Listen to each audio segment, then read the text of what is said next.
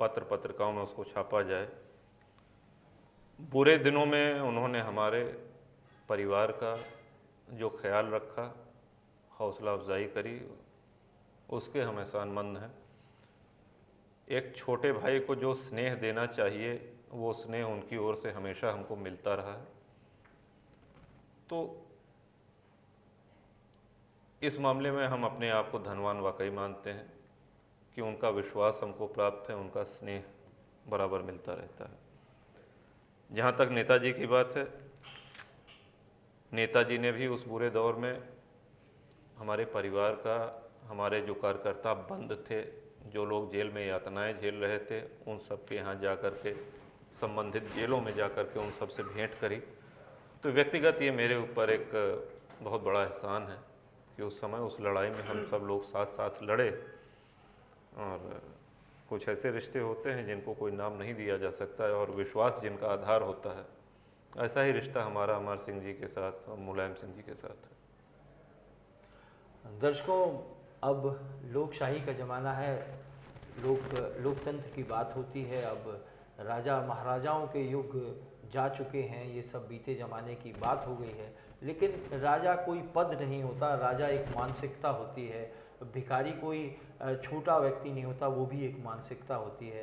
चंद्रशेखर जी कहा करते थे, गरीबी कोई अभिशाप नहीं है, ये तो एक मानसिकता है। अगर कोई आदमी, मैं बस एक छोटी सी 2 लाइन में बात कहना चाहूँगा। एक सम्राट हुए थे जिन्होंने पूरी दुनिया जीत ली थी, सिकंदर थे। वो एक बार बड़ी ऊंची चट्टान पे खड़े होकर अपने सेनापति को समझा रहे थे कि यहाँ मैं ऐसा बनाऊंगा, वैसा बनाऊंगा। वहीं पास में एक व्यक्ति एक चुपचाप चट्टान पे लेटा हुआ हंस रहा था। उसने उनसे पूछा, भाई क्या बना रहे हो?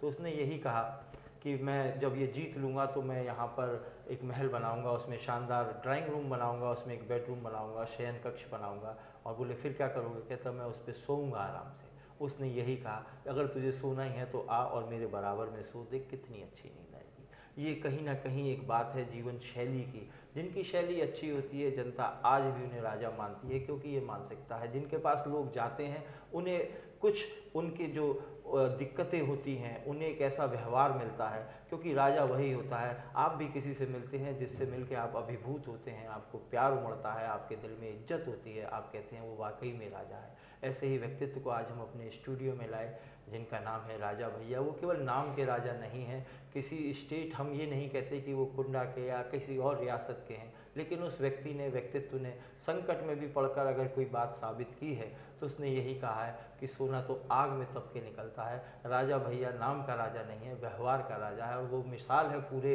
इस प्रदेश और देश के युवाओं के लिए कि चाहे कुछ भी हो, आप किसी भी संकट में आप डटे रहिए, मेहनत करते रहिए। लेकिन एक बात दर्शकों और मैं आपको बताना चाहूँगा, ये वही राजा भैया हैं जिनके पैर में बहुत भयंकर चोट है, लेकिन उस चोट की परवाह करे बिना वो उस परिवार को नहीं भूल रहे हैं और अपनी सारी व्यस्तताएं छोड़कर उन्होंने 9-10 सभाएं आज भी की हैं और शायद कल भी करेंगे। ऐसे व्यक्तित्व को, जिसको जानने समझने से हम अपने अंदर कुछ दर्शन ला सकते हैं, ऐसे राजा भैया को, व्यक्तित्व को डीजी केबल परिवार सलाम करता है और इस कार्यक्रम का धन्यवाद।